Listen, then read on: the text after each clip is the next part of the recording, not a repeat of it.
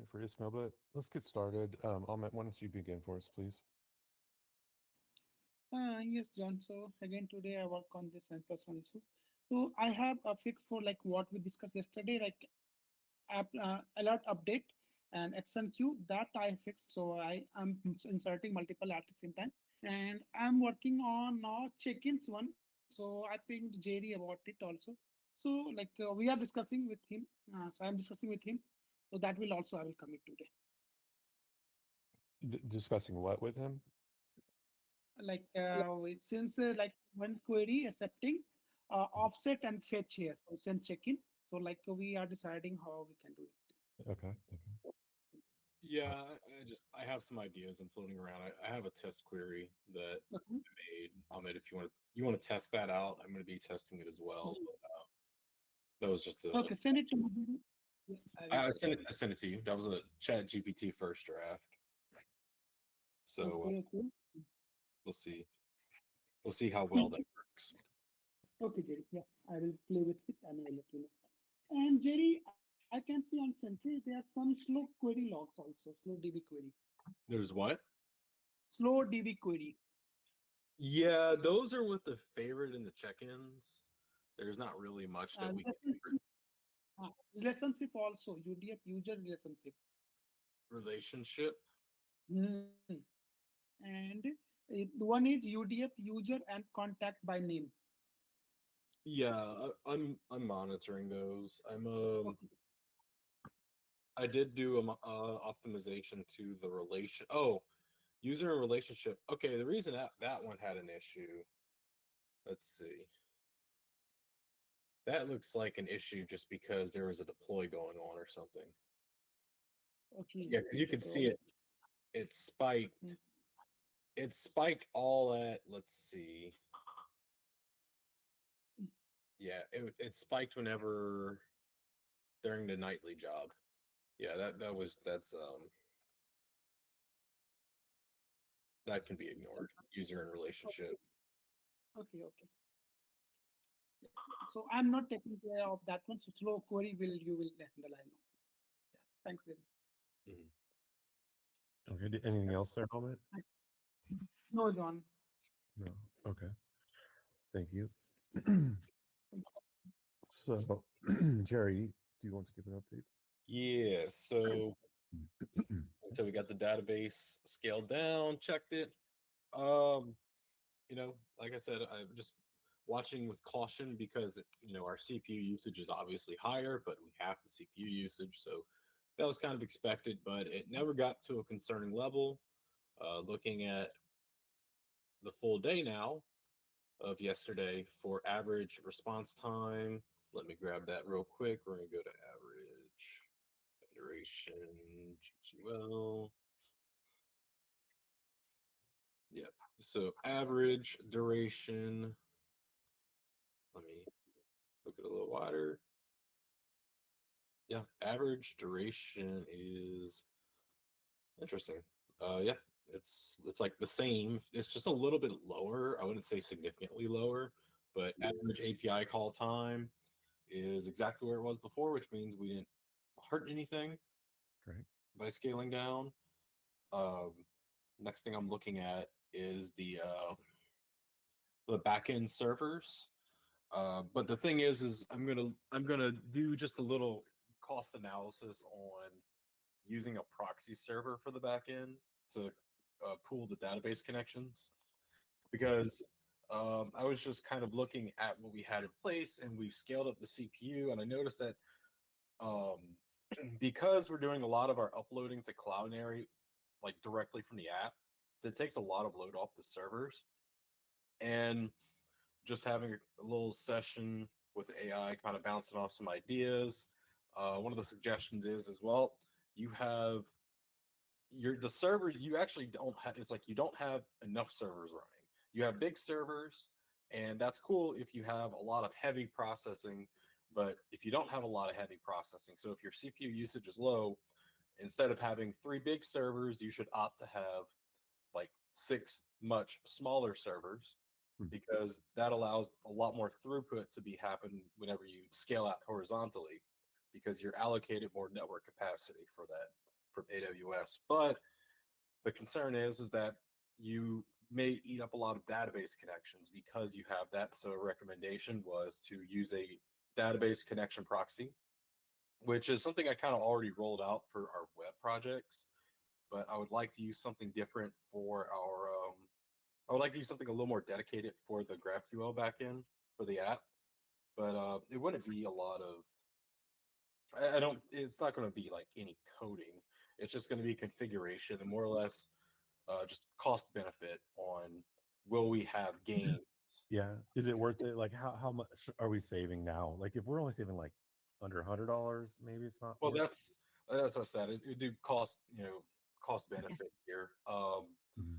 I mean, I'm hoping it would save. Looking at our EC2 bill,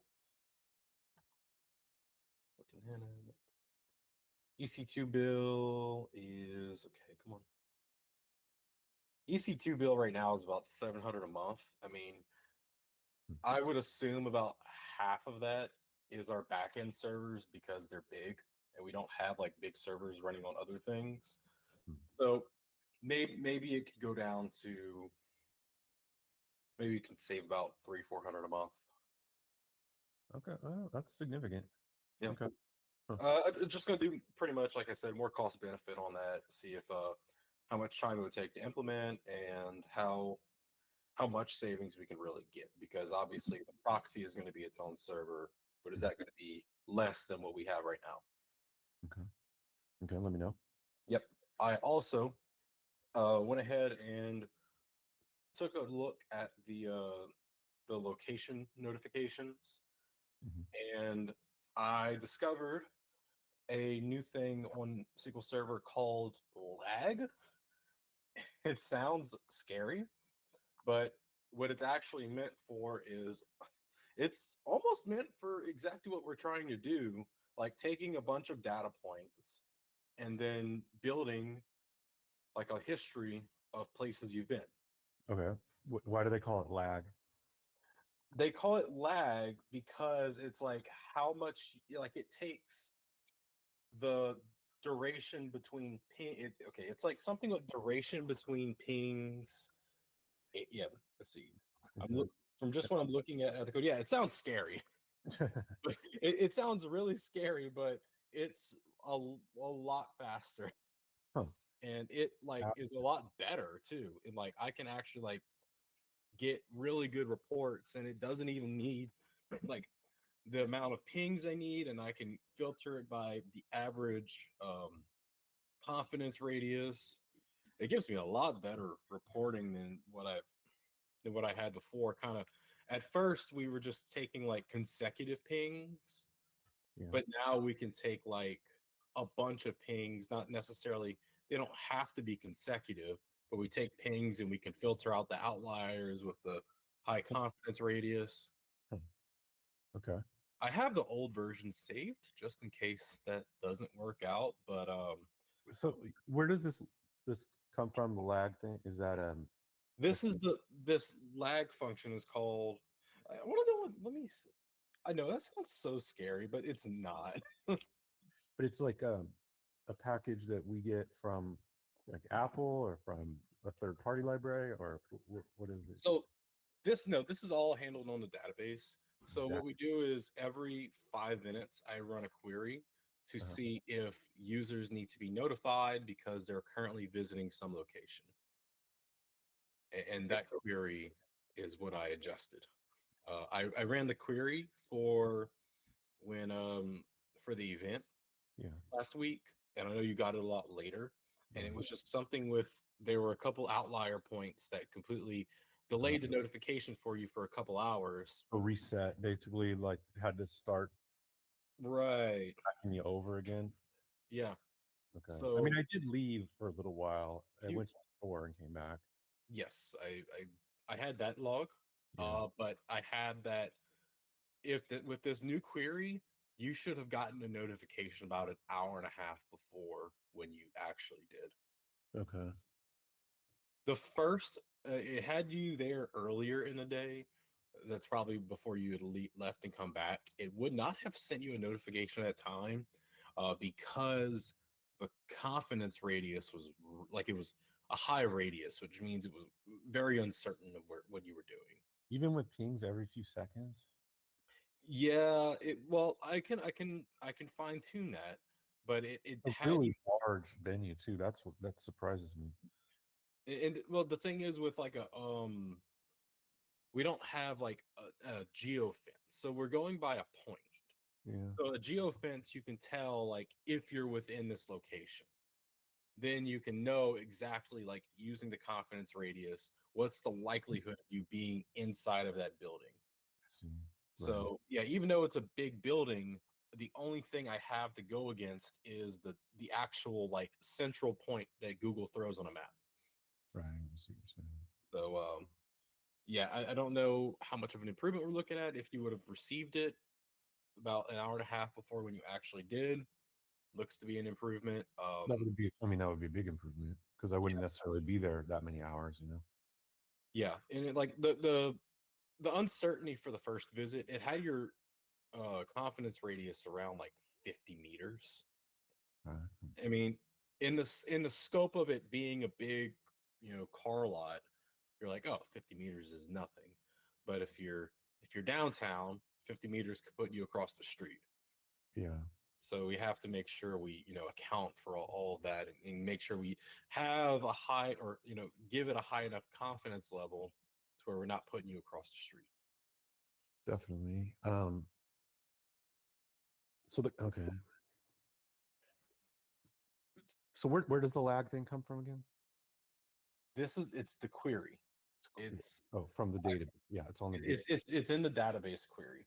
So like it's built into SQL Server. Yeah, it's built into SQL Server.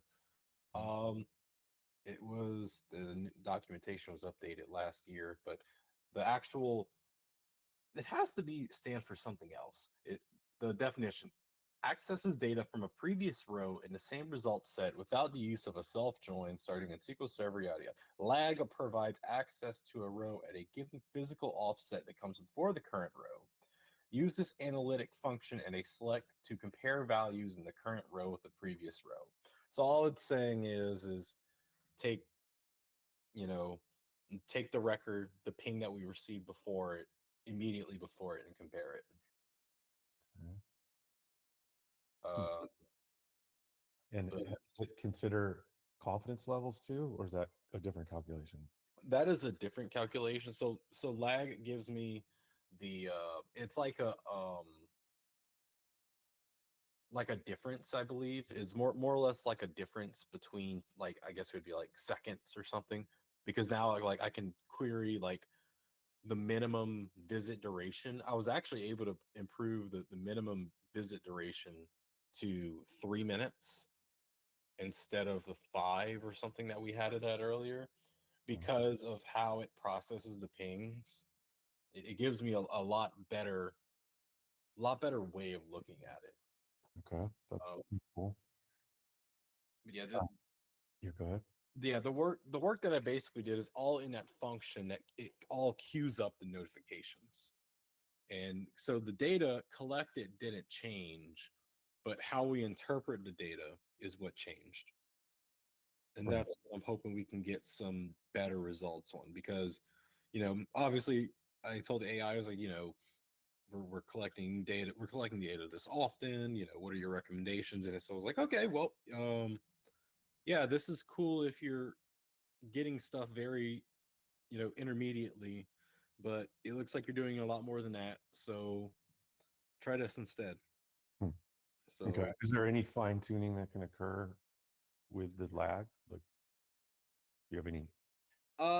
no, the best things that I can really do is I can find out the functions for proximity. Let me grab that function. So there are settings, or Yeah, it's not directly associated to lag function, but that was just one of the things that it recommended to me. It's not anything that's I guess fine tuned, but what we can do is we can say yeah pings. So I can say that we can count consecutive pings if you get right now I'm saying if you get a ping from that same location within 60 seconds, then we can start to record it as a visit. But then I just say within 30 seconds. we could totally do it. If we do it 30 seconds, that would make it. Let me look at this. That would make it more strict, actually. It's like something. It's with the date stamps. Yeah, 60 seconds is actually a bit looser. Interesting. It all comes down to when it builds the visits. It builds a table of the visits. It has your name, your user key, your location, and it has the time you were there and the time you left. Okay, and a visit doesn't necessarily mean like we don't have to do a notification. We could get more accurate with more visits, like I mean, or is a visit like considered the final? Like A visit is considered final. We have that, and what we can do to fine tune if the visit exists is we can have it only take consider visits where the confidence radius is the average confidence radius is below a certain number. And right now, I think I'm doing that with like 20 meters. okay, I'm saying remove with let's come back to this because I feel like we could talk about this for a while. I have a lot more questions. So yeah, I want to deep dive into this a little more, but I don't want to hold everybody up. So what else do we have that may be more universally addressable here? moving off the location stuff. I know Ismail reported something about the playlist aren't showing in chat anymore, which is odd because nothing changed to that to my knowledge. So I'm going to take a look and bring that back up for him. And I know you were talking to me about the messages and like the dude who sent you have been unsubscribed. Like I have a Twilio log. I have a Twilio log saying that his phone number sent that message to our group. Well, I think it probably did because it was automated. Yeah, maybe this dude Robert, his phone number, maybe maybe that wasn't the right number for him. Maybe Robert had like maybe it wasn't a cell phone is almost what I'm thinking. Maybe it was some kind of like automated line. What would that lead to this situation? It's hard for me to really try to come up with ideas. Like, there's no way that we can actually like contact this guy or at least somebody that knows him and get information about that number? Because from what I have the logs for anything that our number sent and anything our numbers received. And from what I have no way I have no way to draw a conclusion that it was our doing that caused that message to get sent. Okay. Todd has some test phones. Let's wipe them down to like where they're brand new and have him get added as an external user. And so then we can see better what other people are seeing. That's a good idea. Can you help Jerry with that? Yeah, Todd, just send me the numbers. Yep, we'll do. And this has to happen in production. Remember, external chat is in production. Yes.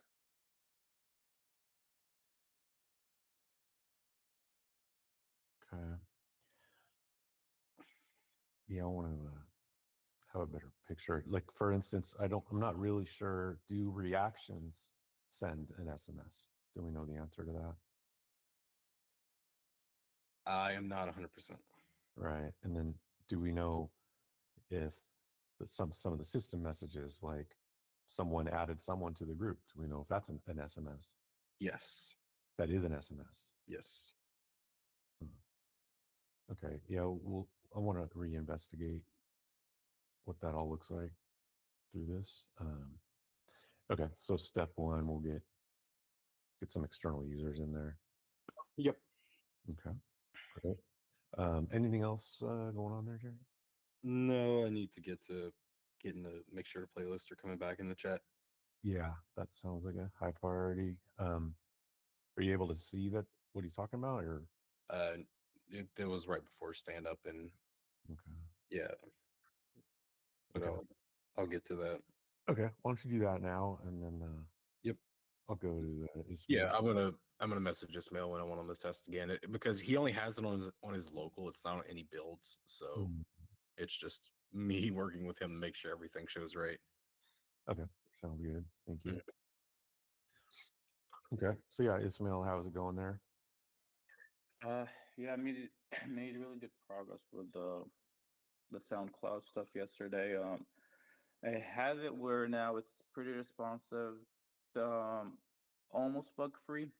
I would say it's ready for testing.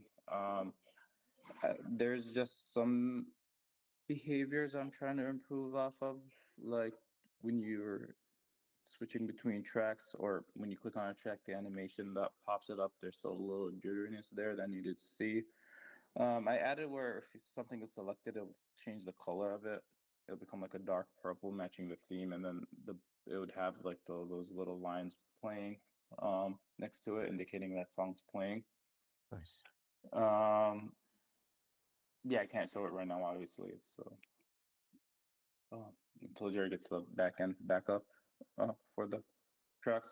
But yeah, like I said, it's I would say it's like 95% complete, but it's good enough for testing and like getting a feel of how it would behave. And I'll obviously keep improving on it slowly. Right now, since it's gotten really big and it's all connected, so any change could affect other things. So I have to be super careful moving forward. Mhm. That being said, Pod also reported a problem about shares, which was it wasn't working, and I looked into it, and the reason is because we are using, or I removed the old cards. If you remember, I refactored them all and just kept the new cards, so no more of the old cards, and the screen was still using the old cards.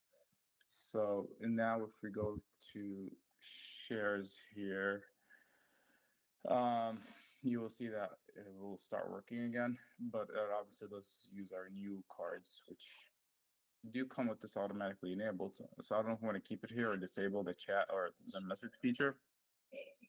Um, Uh, I don't see why not. I mean, yeah, yeah, yeah. Yeah. I think it's nice. It was shared with you by someone you know, presumably. So yeah. So yeah, maybe. podcasts and everything. So it's all there. And if you go here, same thing. There was another problem here where this query right here, they share with me, was like this card would be missing some data. And the reason was that we weren't querying it from the GraphQL. So I added that missing information, and so now it's created properly, and you can see And all that was also going to be in the Discover feed too. no, this is these are different queries than the discovery Oh, feed. okay. So the Yeah, problem so only this exists. one was like fine. This one was just missing some data, which I added. Okay, so it was only a problem here. Yeah, only here Oh, shared with me. gotcha. So yeah, and if you go to another person's profile, it should also all be working as expected. Right. All right, it's not letting me click it. Interesting. Okay, let's see what's going on there. Yeah, I guess that's one bug I have to see. Okay, so over here it's working over in profile. Looks like it's not letting me click the button. Not sure why. Hmm. Interesting. If I click it, nothing happens. Cares, something happens. Favorited. Yeah. Yeah, let me see what's going on there. So it just should be probably like should be easy to fix. I'm not sure why it's not letting me click it, but yeah. Okay. And Uh, Care does let you. huh? The cares button lets you click it. Yeah, yeah. Okay. It's just this one. So Okay. not sure why, but yeah, I'll see right now. What about on a Uh, target user profile? Or oh that well, is a target user. What about on your own profile? yeah, I just demoed that.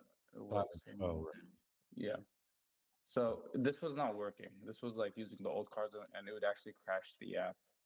Oh, Uh, okay. so yeah, now I need to see why it's not working on other people's. Which again, since I got this to work, it's gonna Mhm. reuse the same queries and stuff or Okay. similar. Okay, So this is valuable because like you're fixing a crash bug and stuff. Let's do this today. Once you get this where you feel like it's working as you expect. Amin also has a really minor change where he's going to upgrade the Sentry, not upgrade, but like there's a setting in Hmm.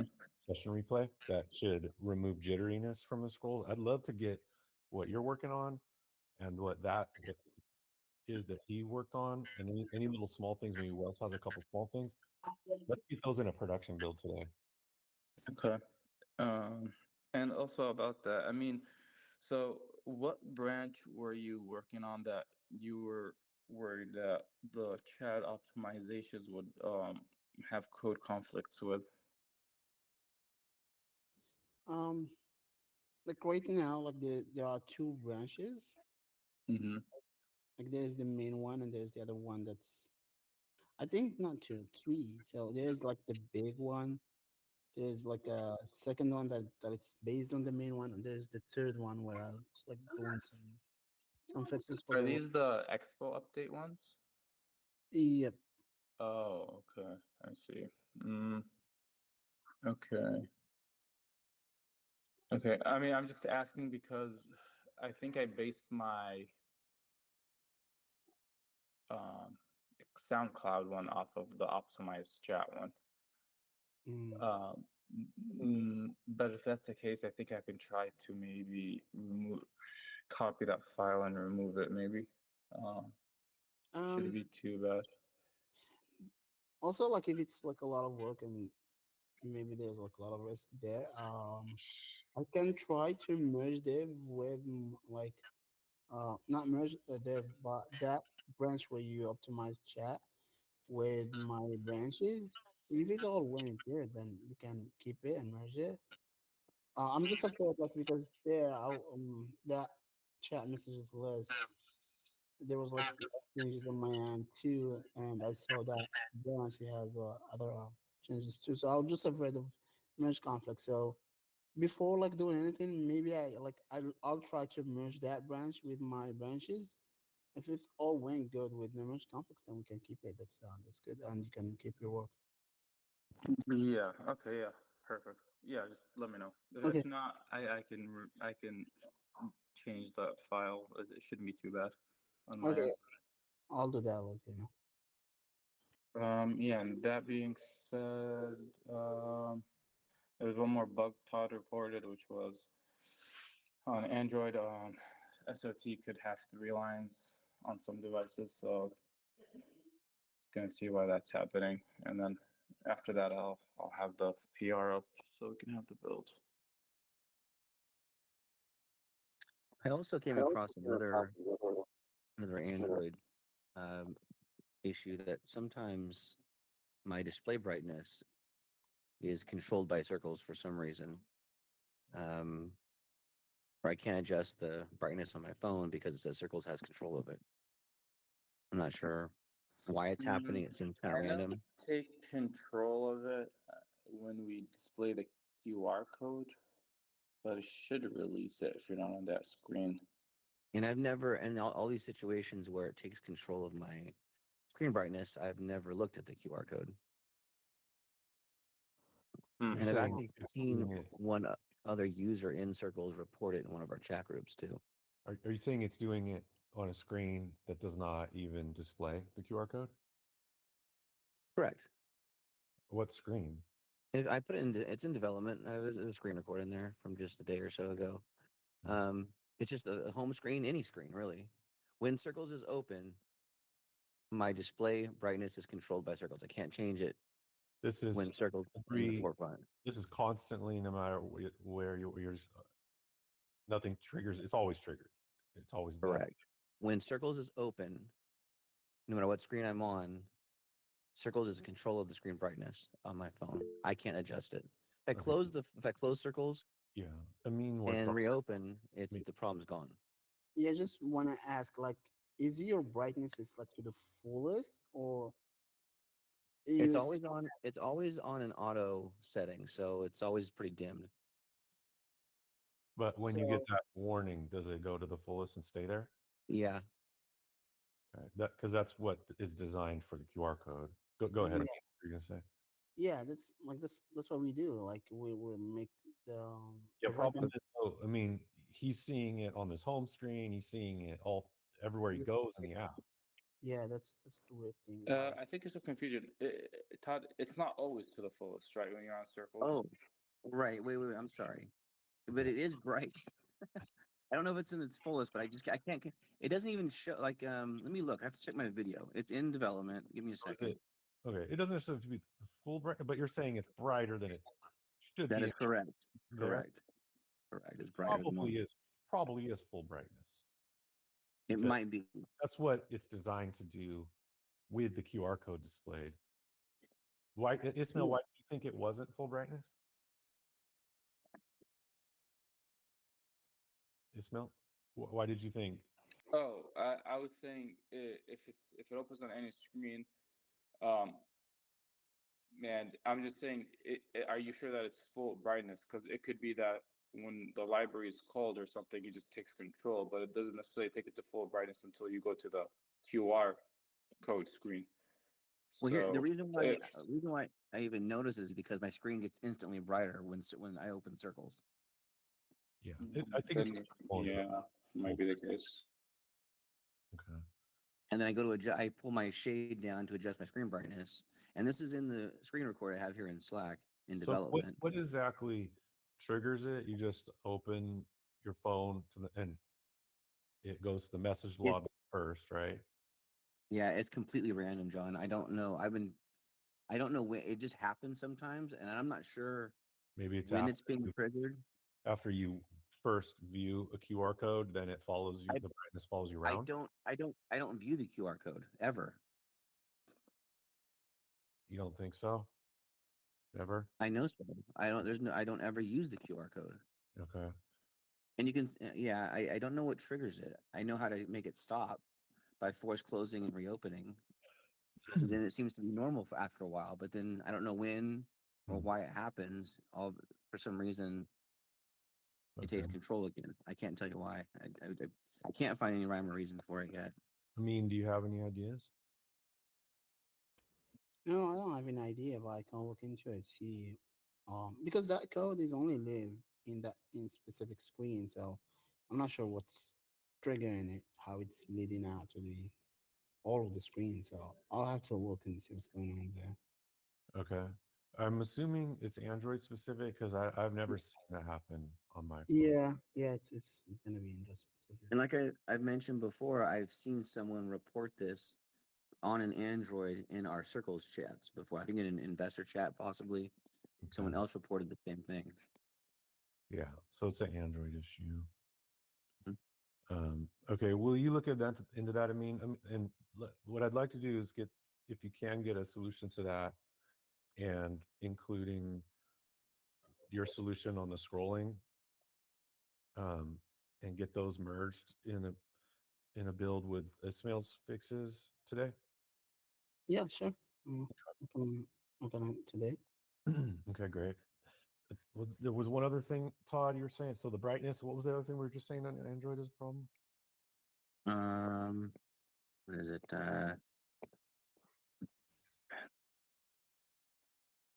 Let me see. Not the brightness, but just before that, you were saying there was an I issue. think it's not the SOT thing.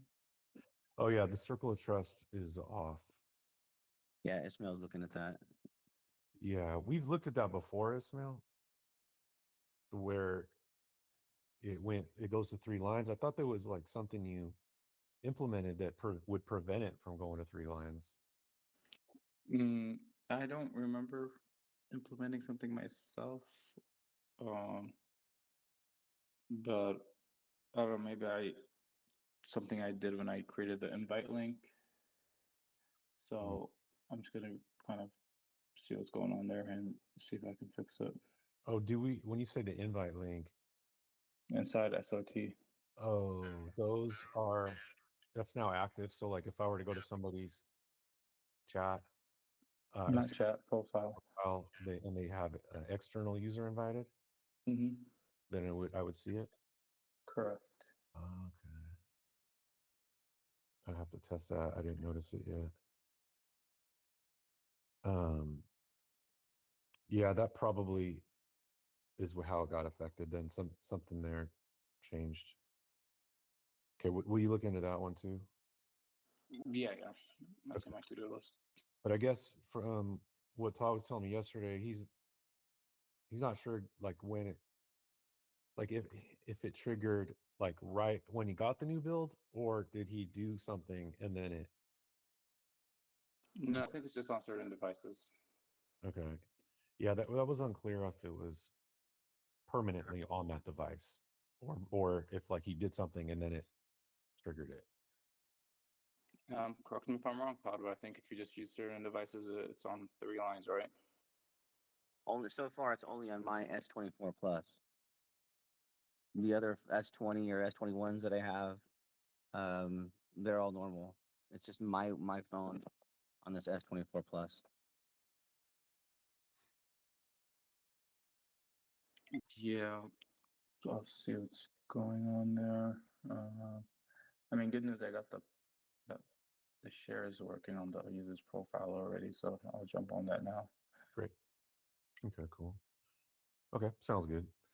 Then great. Well, let's go to a means update and let's aim for that production build as I was saying, and hopefully get that submitted today, at least tested today before the end of the day, in case there is any small changes that still have to be made on it. But if it's all good, I'd like to push it up, and there'll be some nice little improvements there. Let's get your update. Oh yeah. So yesterday I was working on the onboarding for our new R's and everything. There's some issues I fixed there. There are other that I'm still working on. Like the so there's this issue where re-render happen. Like for example, like the phone number input or the SMS code input, where it's like it kind of looks like a re-render. I thought that at first, but it's not. It was like caused by reanimated. So those input, for example, like we're doing like this in-train animation where like they slide in from the right, and there's like a delay. So they like slide in a specific timing. So that delay thingy that we were doing with reanimated, it's what was causing the re-render. Um, I was looking into how to fix it from the reanimated side. I even tried to upgrade to latest reanimated. Um, we did not really fix it. I did another fix, which we're not relying on that delay from reanimated. It's like a delay that we do like in other places in the app. We just like delay it with a timeout and show it with the animation later on. That fixed it. But what took me time is like I wanted to figure out what's the reason of this. I didn't find anything useful in the issues or anyone says anything. So yeah, I went ahead and did that fix. Right now, I'm looking into the issue of the where like you're gonna be asked to allow context, but it just like skips. It plays that kissy face animation regardless of whether you press allow or not. So that's like I'm looking into it, it's like a lot issue. There's like a callback. It's called on animation callback, on animation finished. So I'm not really sure why for this one is not behaving as it is, as expected. Um, so yeah, if I so I will find the fix for it, but I just like want to know why first. Then I'll apply the fix. Um, yeah, so that was the gist of my updates. It was like all those onboarding changes. Okay. Okay. Cool. Well, let me know how it goes. I still got to send a couple more. Yeah, yeah. For now, I'll just I'll pause for now just to fix that issue with the Lightning onboarding Yeah. and sorry, Android, and I'll be back to the onboarding. Perfect. Okay. Thanks for me. So Ismail, yeah, you were just messaging me that we did that on purpose with the shares. Yeah, that does sound familiar. Yeah, because I'm looking at it now. I opened it and it says shared with me and shared by me. And I was like, this is your profile. And Yeah, then if I click on shared by me, I can see all your stuff and it's treating your profile as if it's mine. that's right. right. And then over here, I get to see what you have in common with other people, which kind of is, not information maybe I want to share with everyone. This is like Yeah, supposed to be me. So I think yeah. that's what I would As say. long, yeah. As long as it works on my own profile, yeah, but just not target user. Yeah, so uh, I don't know if I want to keep this. We just made it unclickable, so it's not a bug as intended. Right. Yeah, that's fine. Yeah, let's go back to that. But as long as it Okay. works on my But own. yeah, it will work on here, which it wasn't before. So yeah. Okay, good. Okay. Anything So else there? sure. No, that's it. Okay, thanks. Okay, Wells, let's get your update, please. Yes, sir. So I'm working on the add photo feature for making sure that the flow goes all the way through and we actually add photos for the user.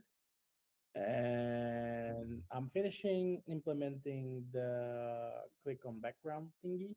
I figured that the model was being used in many different places, so I am refactoring it so they basically use the same. So I implemented once for using in other places, but I'm having issues with my setup.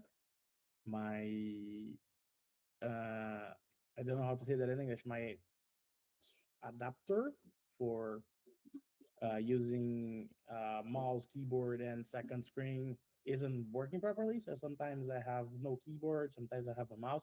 So, for example, yesterday I was working from the sofa, so only with one screen.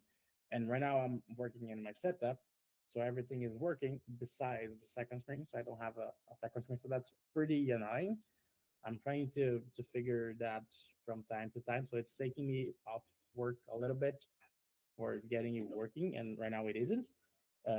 But yeah, I believe we're making good progress on that end, and I will aim for opening APR for all the changes today, including the add photo whole workflow if possible, and the changes on the model and everything. Which modal? Sorry.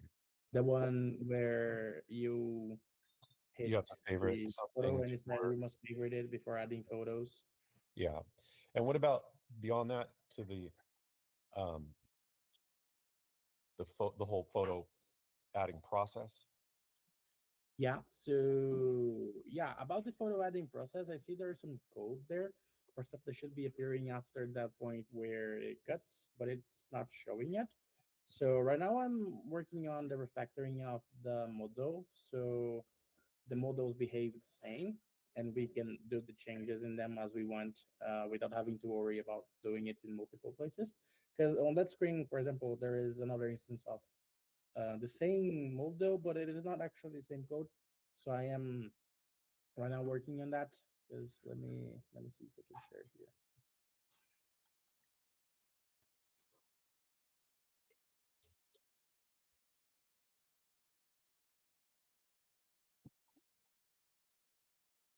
Can you see my screen? Yep. Yep. So um, when I click on add photo here, we have this model pop up. And for the trust tip, same thing. So I am working on refactoring it here and making sure that when I implement the click on the background here, it will work for both of these at once. And then I'll look into implementing it here. By the way, Jerry, are you using the cursor integrated agent? Yep. That's unbelievable. Like it helps so much. Like for example, here it is using the most favorite model, and I don't know, it might not be working because I still have to change the text, for example. But it helped me put this here, so I basically just have to go there now and change the text and all the stuff. So it's magical. Yeah. Ismail says he has luck with Claude Code as well, It's a little less visual, but he has spoken very highly of it. Oh, that's cool. I wanna, yeah, might be trying that next because this stuff is really useful. Like in here, for example, it removed all the model copy I had and just basically is using the other one. Although it might not be right because I still have to set the text to be different for both of those, but changing the text will be minor here. Yeah, whenever I'd make like a refactor and I said, okay, get rid of all the unnecessary stuff, that's when it helps. Yeah, I'm loving it, loving it. Pretty cool stuff. But yeah, so I believe those are my updates.